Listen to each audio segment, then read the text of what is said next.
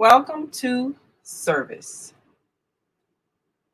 sharing Earth's resources, voluntarily implementing creative exchange. This is part 4 in a 5-part series, and today we talk about how you can express your needs and, of course, get your needs met for absolutely free.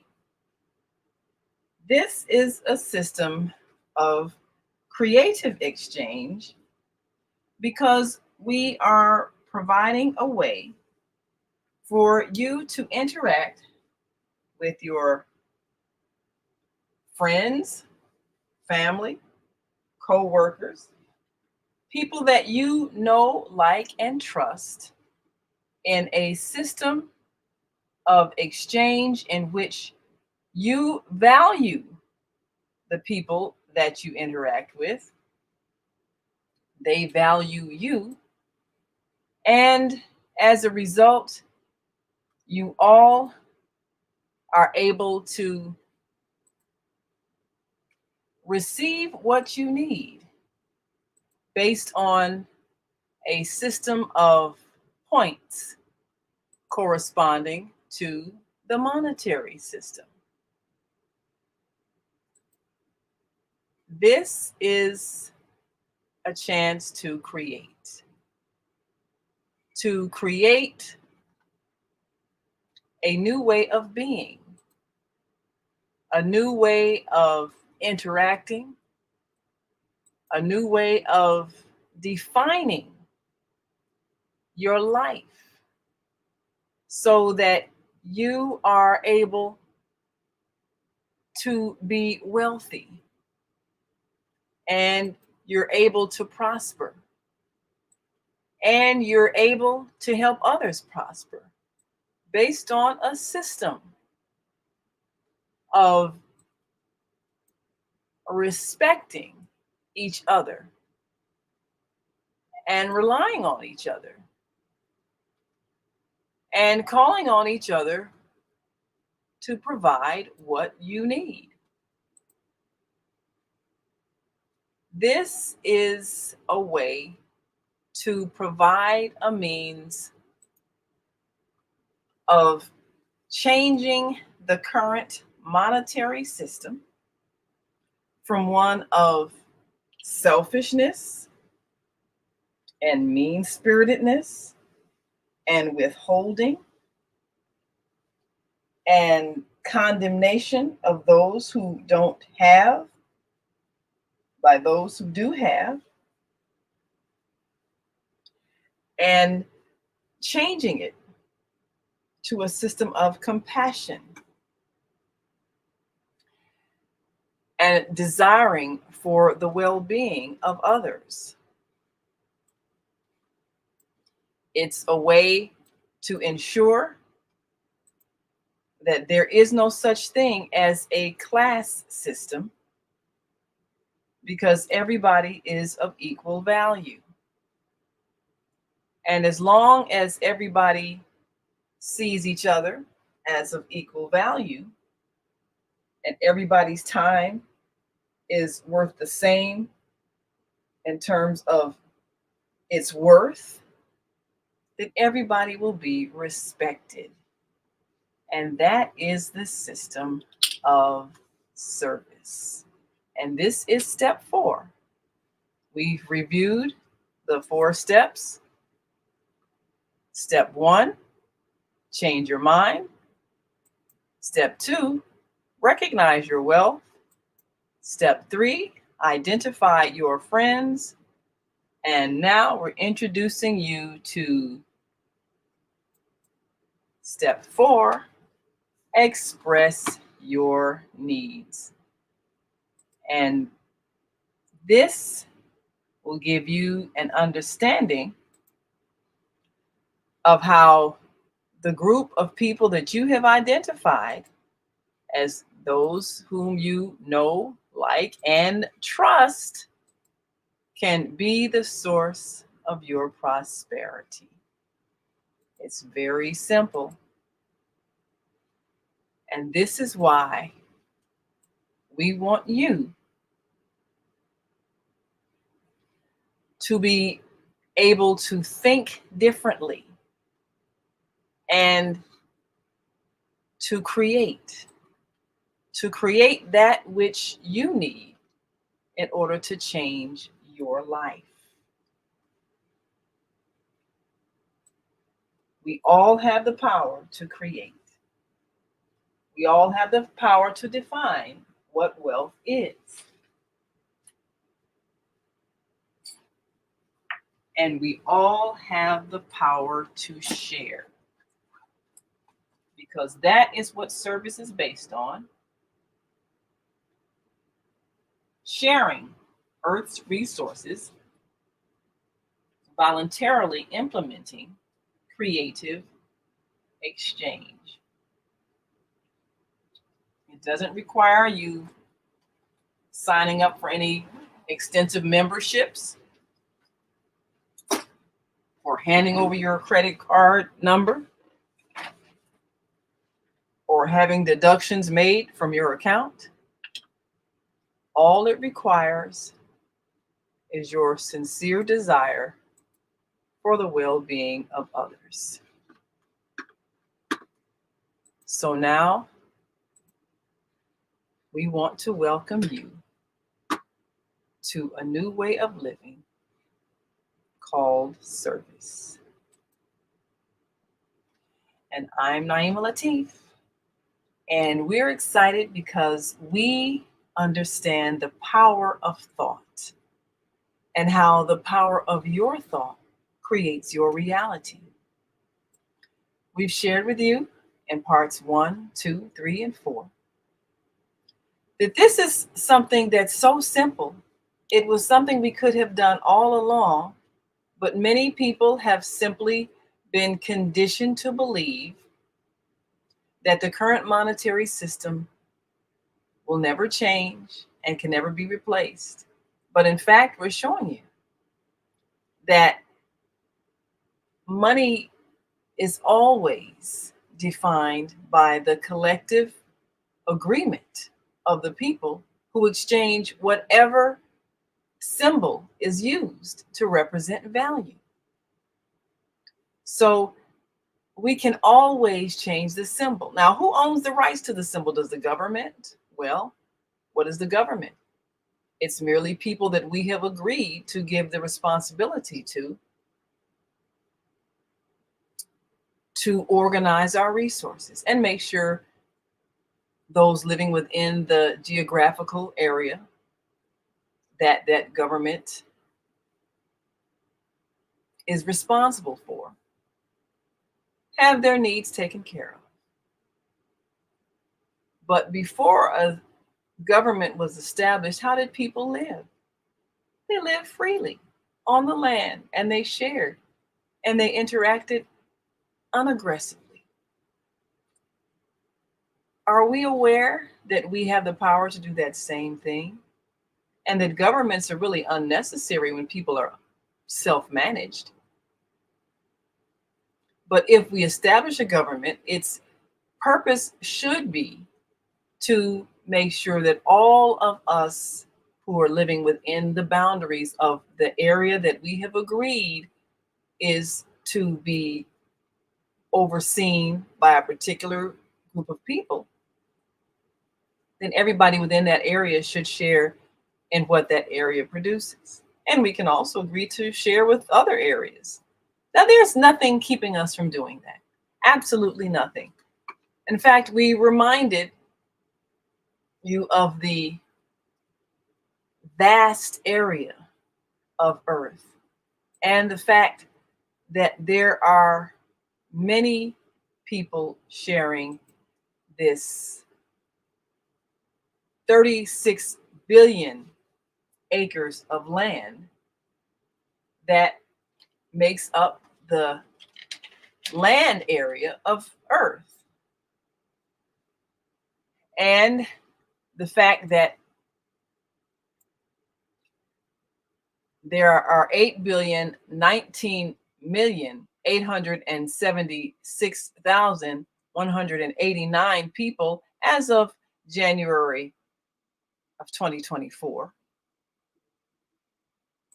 And that if you divide the 8,019,876,189 people into the 36 billion acres of land, that's 43,560 square feet per acre, you'll find out how much space per person is available on Earth. And of course, once you do the math, you see that 8,019,876, I'm sorry, 8,19,876,189 people divided into 36 billion acres of land. That's 43,560 square feet per acre. That gives us roughly 4.4 acres, or 191,664 square feet per person. So if you had your own plot of land,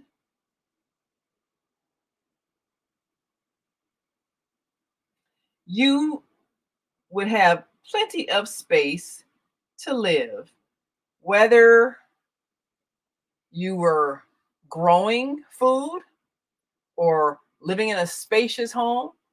Couldn't you live on 4.4 acres or 191,664 square feet of land by yourself, not your family and you, just you? Couldn't you do that? Of course you could. Of course you could. And so every time we hear the thought that there isn't enough space, that's a lie. And we should recognize it's a lie so that we can stop believing that there isn't enough. There's not enough room. There's not enough food. There's not enough space. There's not enough housing. There's not enough land. There's not enough for us to share. So we have to compete and we have to take from others in order to have our share. No, we don't. No, we don't. So if we can simply understand that there is enough and everybody can live in abundance, then we can stop fighting and simply choose to share. Sharing Earth's resources, voluntarily implementing creative exchange. Well, today we want to talk to you about the implementation of the idea, because it is a process of learning how to trust those that you have identified as your group of people that are willing to go through this process with you to experience living for absolutely free. And if you're willing to think differently, you can create something different in your life. So let's look at the process. This is the website that gives you the power to experience living for absolutely free. And if you are willing to go through the steps, then you can see how easy it is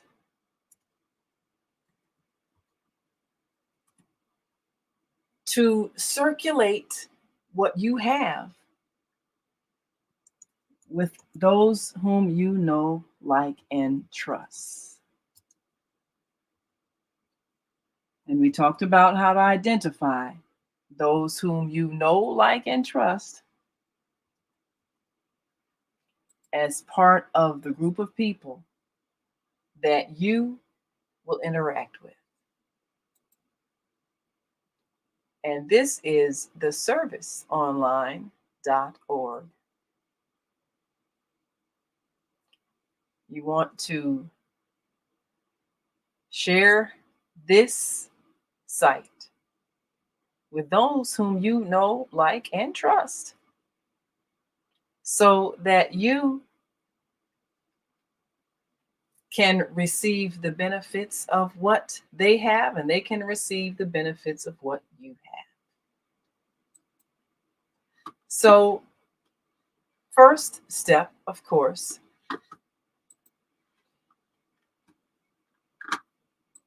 you fill out your service profile, which is your first name, last name, email, and phone number, and then the services you provide. What are all the things that you do? The next thing,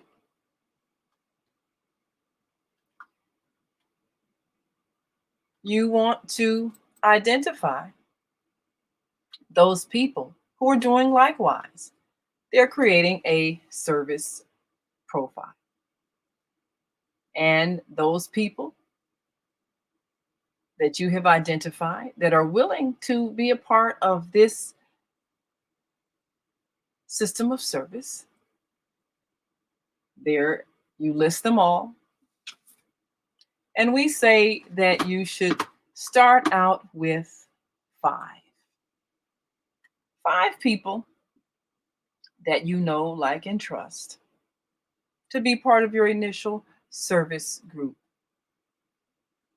It will spread, but it's important for you to experience what it's like to operate according to a different way of thinking.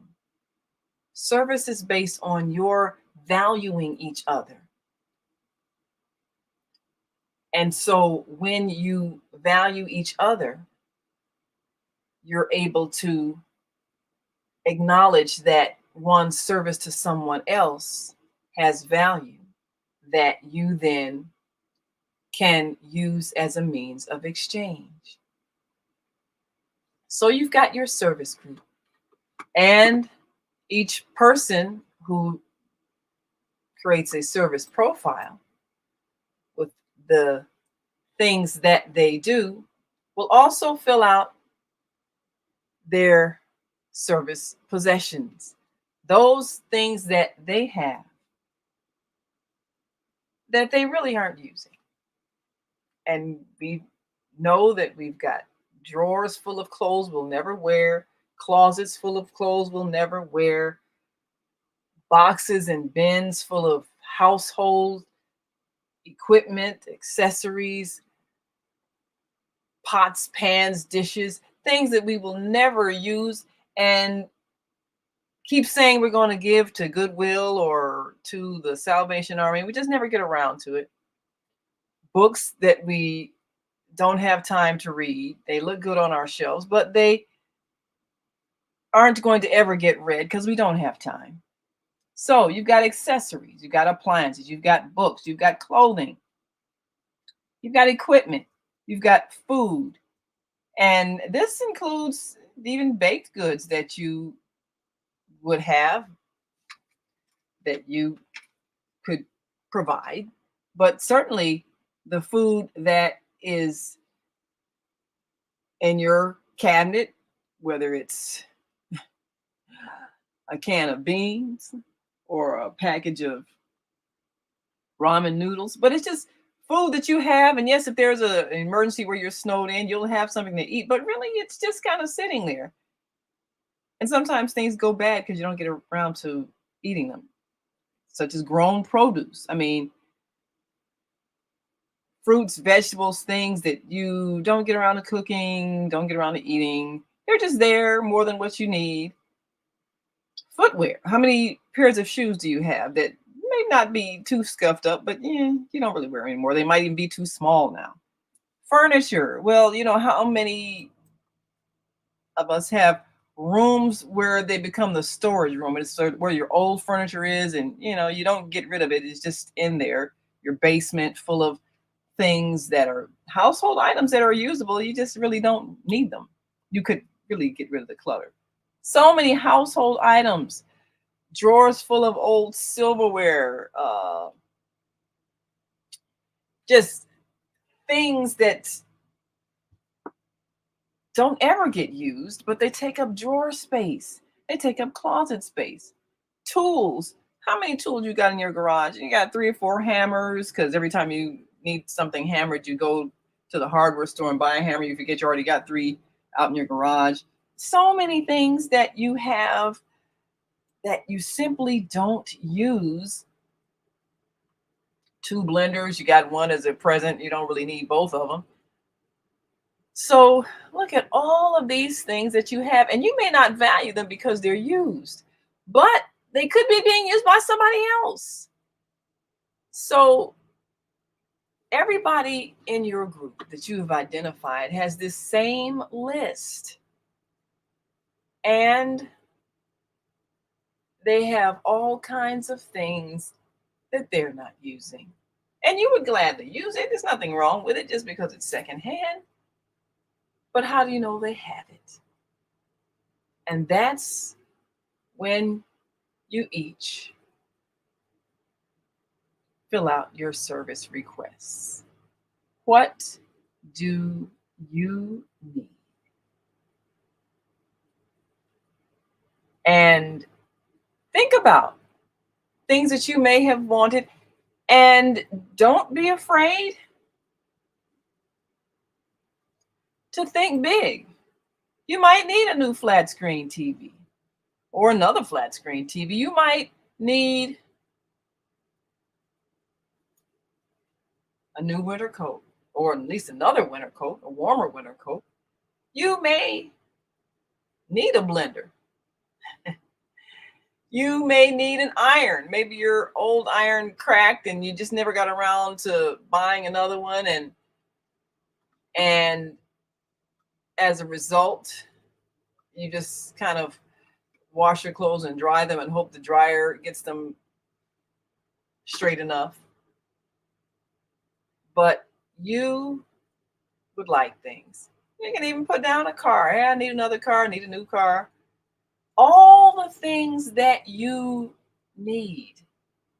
Don't think anything is too big, because you can even say you need a house. You don't know what might happen if someone has property somewhere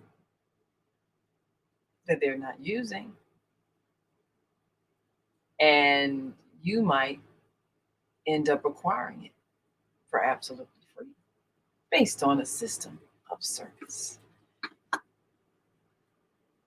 Now, we want to have you realize that whatever is in our possession, we don't own it. We're merely using it while we're here on this physical earth. There is no cost to live. It doesn't cost anything. We're simply demanding some type of a means of exchange in order to do things for people that we really could just do for people. If a doctor knows how to heal something that is malfunctioning within you, they could just choose to do that. But if they say, well, I'm not going to help you unless you give me this symbol of exchange, well, then that's a choice that they've made.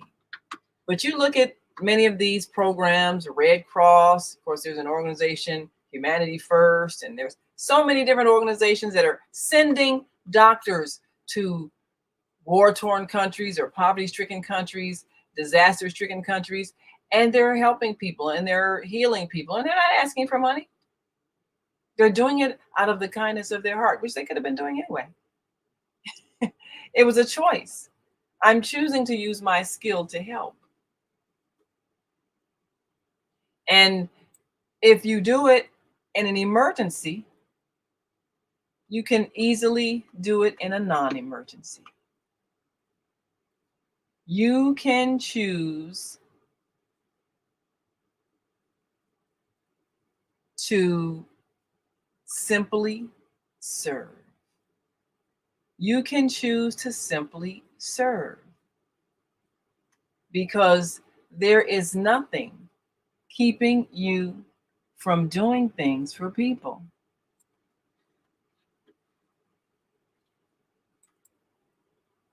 So if you are choosing to do something and it's something someone needs, then that is valuable. But just like it's valuable to do something for someone else, if you have a group, they're also valuing what you do for someone else. And what you receive from someone else can be used to get you what you need from someone else in the group. And that's how it works. So, that being the case, if you understand how powerful you are and what it is that you offer to the world, then your wealth is unlimited. And all of the people in your group, starting out with just that first 5, they are just as powerful and being able to provide what you need. So, when you're listing the things that you desire, don't just think of the things that you need that are items. Also, think of the services. Think of the things that you need done. Whether you need tuck pointing for your brick home, or you need someone to do your hair, you need a manicurist. Maybe you do need someone who has the ability to heal your body, someone with healing training, medical training, whether it's holistic or the traditional kind, whatever you prefer. But you can request those services. Do you need somebody to fix your car? Do you need somebody to fix the roof on your house? Or perhaps somebody in your service group has that listed in their profile. And perhaps among these people, you can find what you need. And it's not difficult if you have selected people that you know, like, and trust, and are willing to work the system. And so that's how you begin the process. This is the point system, which we have described, and the way it works, so that you are valuing everybody equally. It's simple, it's easy to follow, and it makes it possible for everybody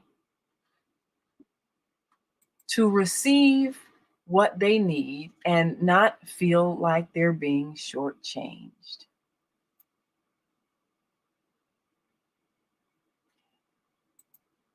It's very basic. It's based on the dollar system. And 1 point is equal to $1.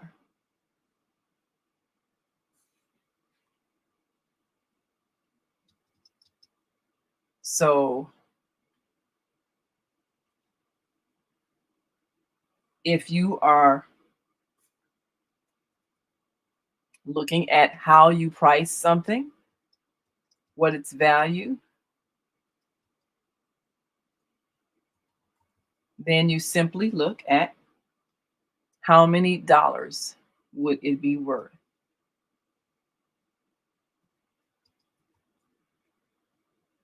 And so, based on that, you know how to price the things that you're sharing. So that makes it simple.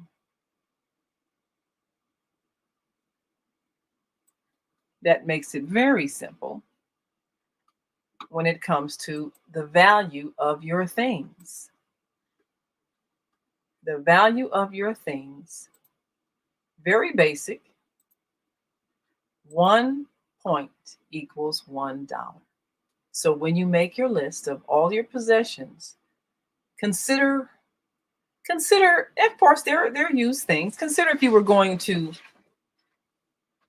sell them at a flea market, what would be the dollar amount? Because they are used things.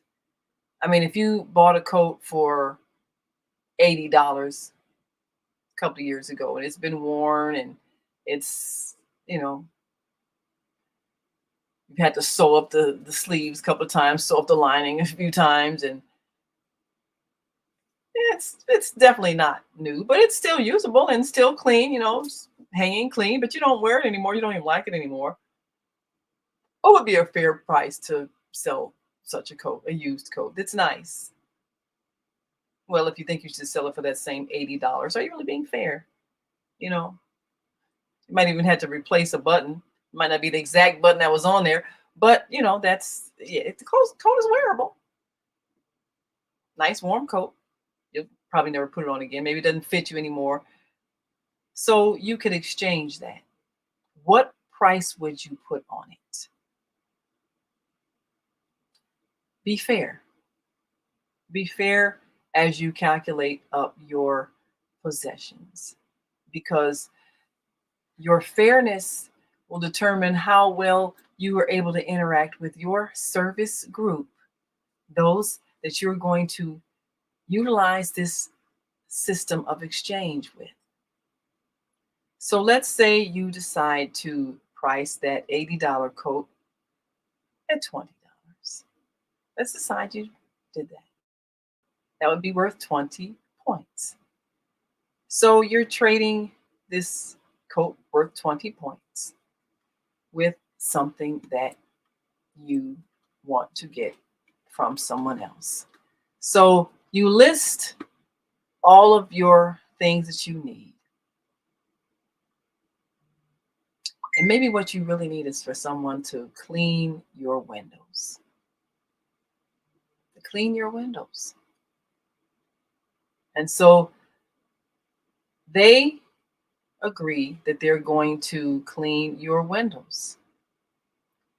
Now, according to service, everybody's time is worth the same amount. And maybe as they choose to clean your windows, you all are able to agree that you want this done. So, what you choose to do is have them clean your windows. Now, all work is valuable, and in service, 1 point equals 1 minute of time. So that being the case, if 1 point equals 1 minute, then 1 point equals $1. So if you're working for an hour, that's $60 an hour. So let's say your window washer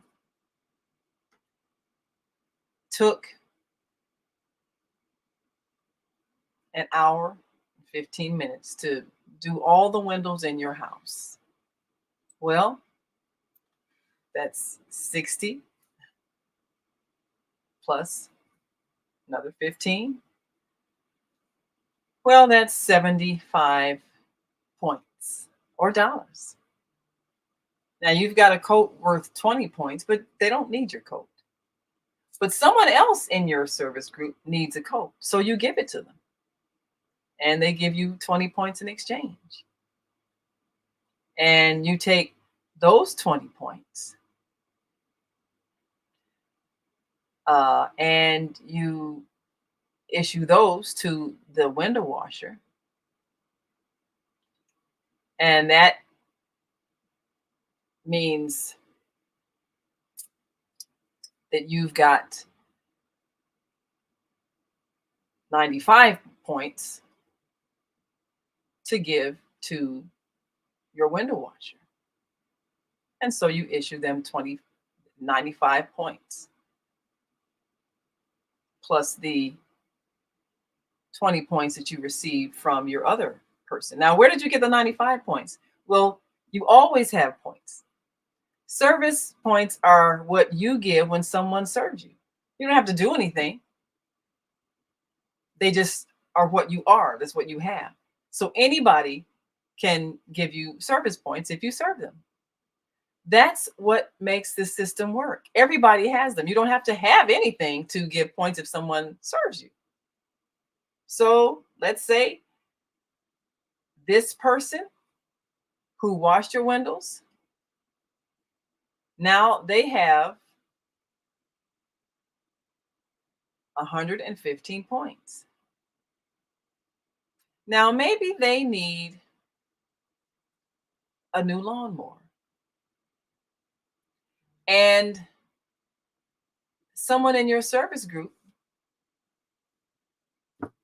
has a lawnmower that they're not using because maybe they just bought a condo. So they really, all the equipment that they had, they don't need that anymore. They just have it. And so that's something that they've listed in their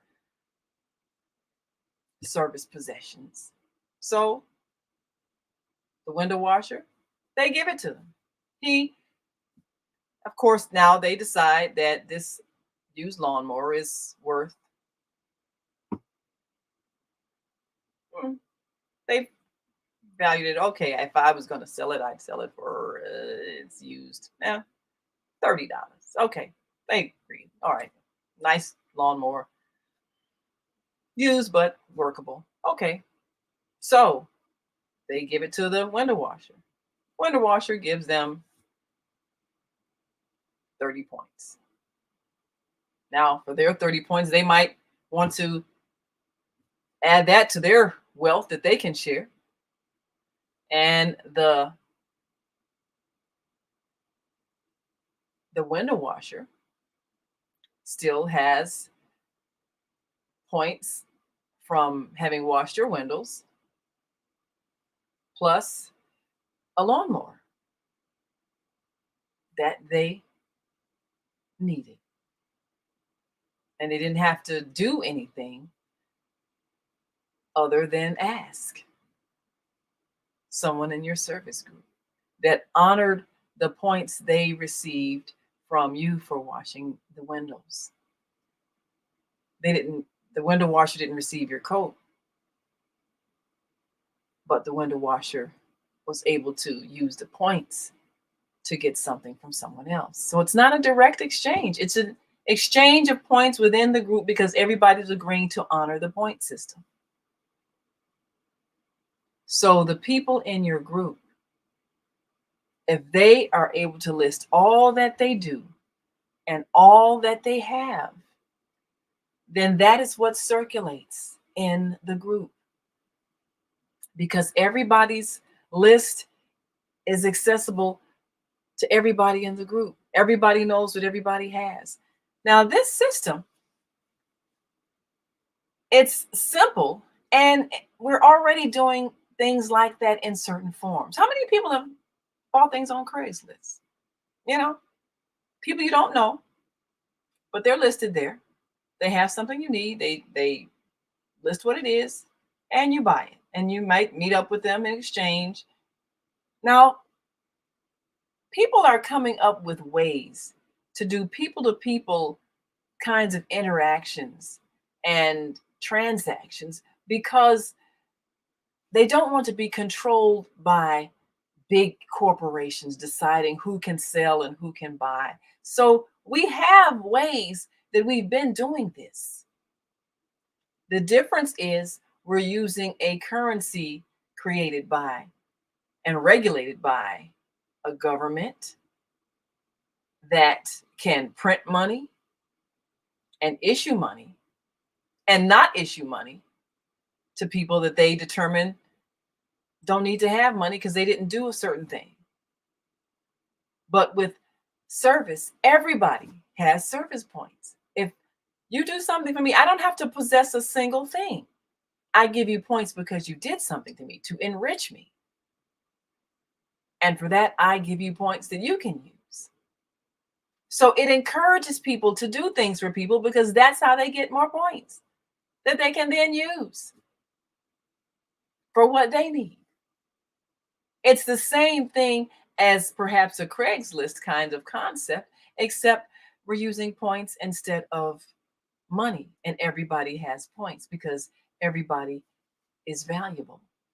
And so if you do something to serve me, I give you points for that you can then use to get what you need from someone else. So eventually, as you look at more points, you will expand your service group to include others who need things. And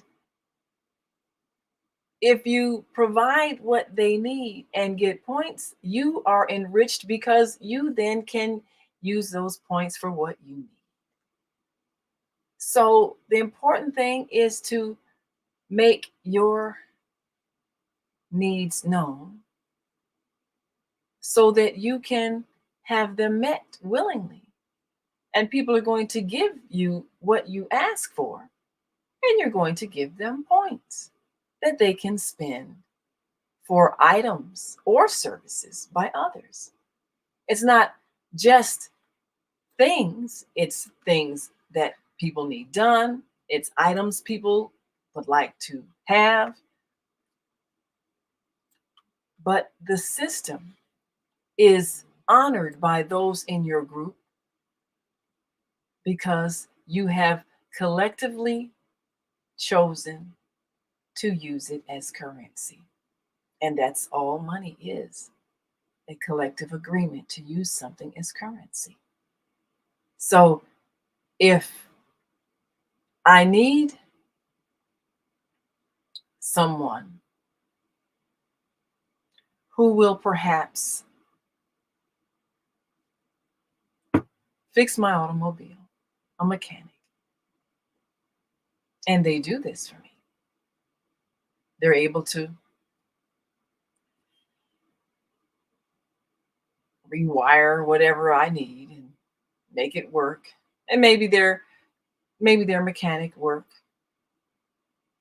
would have cost me $300 because they perhaps spent hours. Maybe they spent several hours working on my car.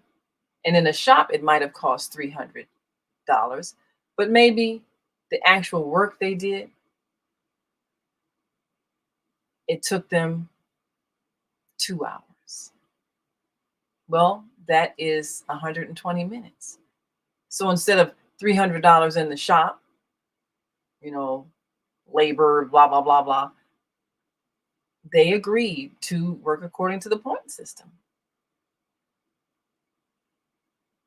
So they received 120 points. Now, somebody may say, yeah, but if they had just charged you money, but maybe what they need from someone in the group, maybe what they need is a new vacuum cleaner. And someone's got a vacuum cleaner. And if they were going to sell it, they might sell it for $75. So I say, okay, it's 25, 75 points. But of course, the mechanics got my 120 points that they can spend. So they give 75 points to the person who has the vacuum cleaner. And maybe what the mechanic also needs. Maybe they need someone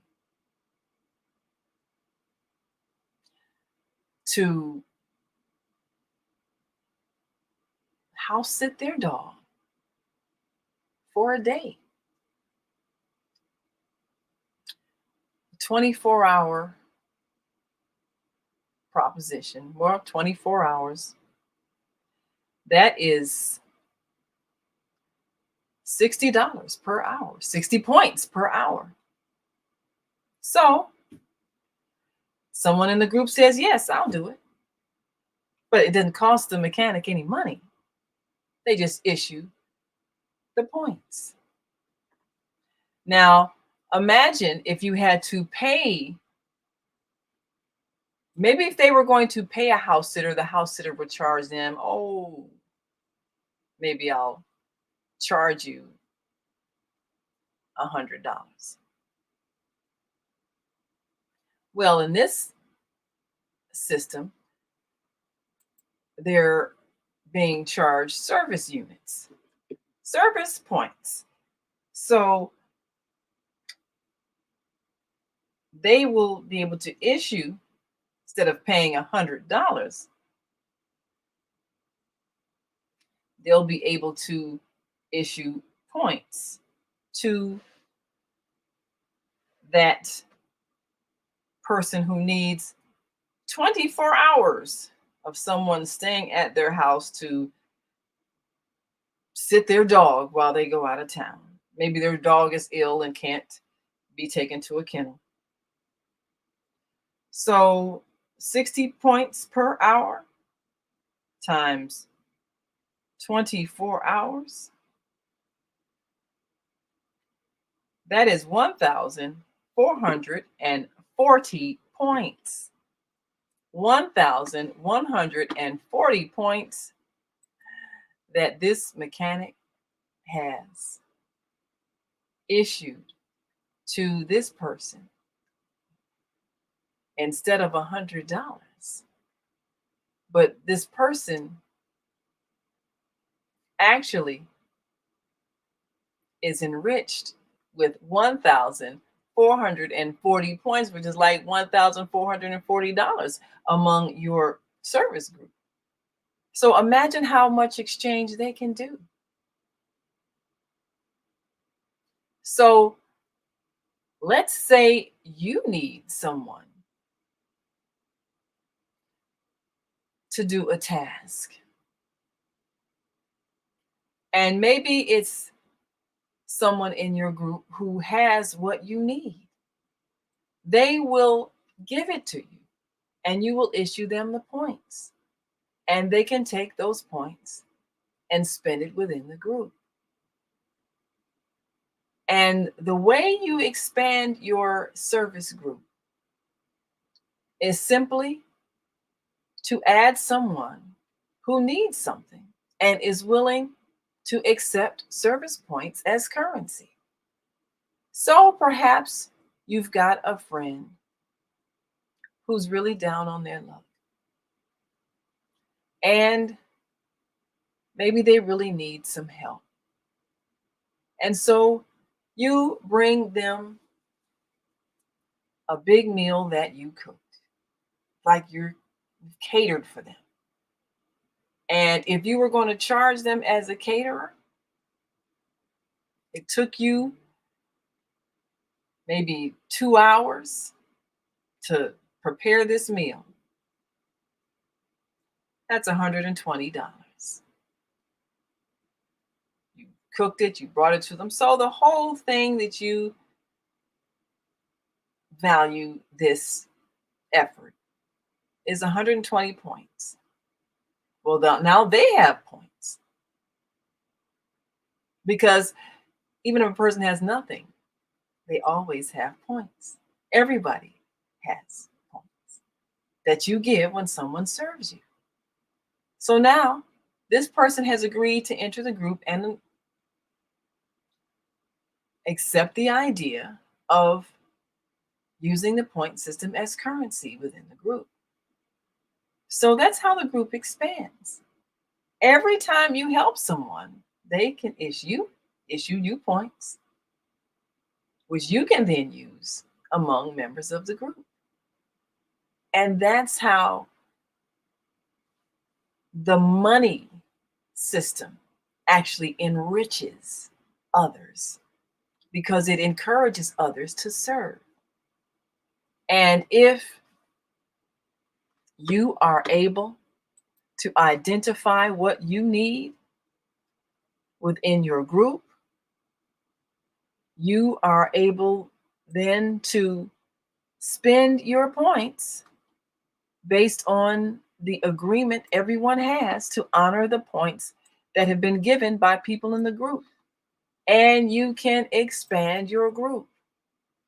All people need to do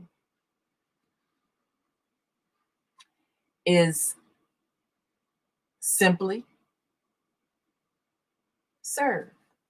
Do something. A person can enter the group by providing a service to someone in the group, or a person can enter the group by someone providing a service to them, and they issue the points.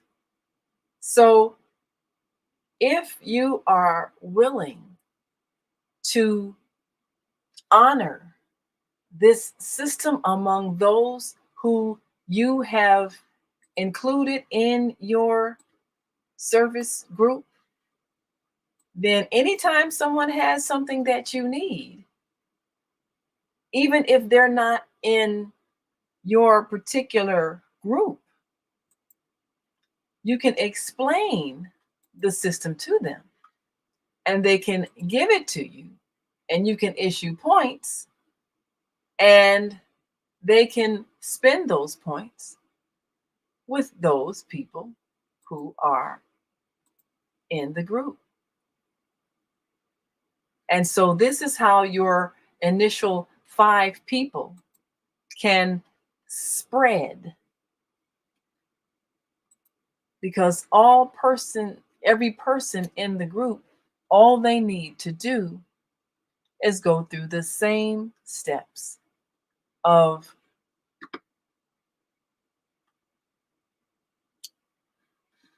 filling out their service profile. And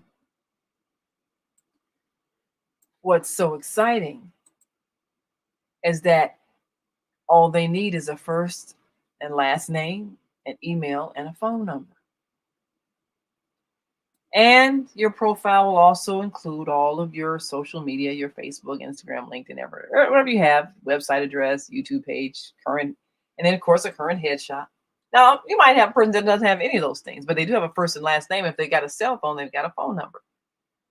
And most people, of course, at this point have an email, because if you're doing any kind of business, any kind of interaction, you got an email. So a library, even if you don't have a home computer, can help you with that. And so if you've been in school, you've got some kind of place where you have had to have an email. And then all the services that they provide as a person, all the things that they're willing to do using their energy, their time, their talent, their skill, all the things they do.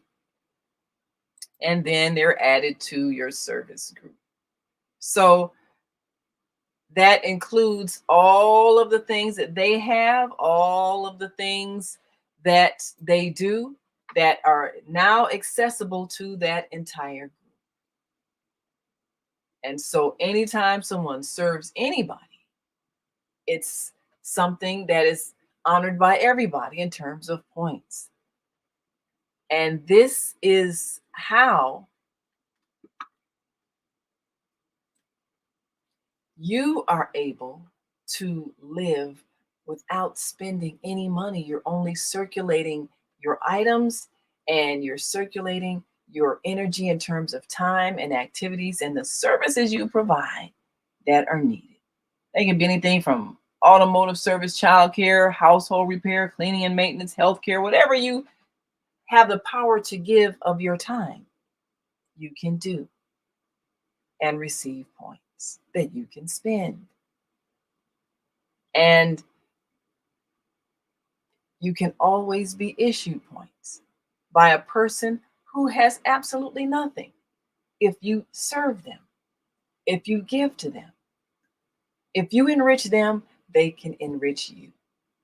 And you will have a chance to then use those points for those who are in your group. It encourages us to actually help each other because we're enriched every time we do. So look at all the things that you desire to have, whether you need accessories, appliances, books, clothing, equipment, food, footwear, households, tools, etc. Everything that you need. Think about what you need. And then think about the things that you need someone to do. And think about all the things that you don't have that would make your life easier if you had it. And put it on your service requests. So anybody who's in your group will be able to go to your service page and look at what you are needing, and they can offer it to you. And you issue them the points. And they can take those points and use them for either you or someone else if something that they need. It's not necessarily a direct exchange, it's an exchange within the group. And the group can expand anytime you bring someone in pardon me, that you have served or who desires service from you and will issue you points. So, of course, you see how simple it is to have a system of sharing that everyone honors. And if you are willing to honor those points, then you can have unlimited wealth because everybody has service points and everybody can serve. So we want you to begin the process. First, the thought, changing your mind about your belief about this being a place that there isn't enough and people won't share, because that's not correct. There is enough and people will share. And two, recognize your wealth. Make that list and you will find that you have more than you ever could have imagined, and you can do more than you've ever given yourself credit for. And then step three, identify your friends. Who are those first five that you want to lay the foundation for your service group? Because you got to practice that process of honoring and trusting and being honest about the worth of what you're sharing, so that you're not trying to beat somebody out of a profit. Do it because you desire the well-being of others, and be fair. And for express your needs, think about what you want, and you'll be able to get it. Join me tomorrow for step 5, how you can live for free, the actual technique of sharing that information on the website that makes it possible for you to use this as currency. We'll be back again. We look forward to introducing you and having you live for absolutely free through service.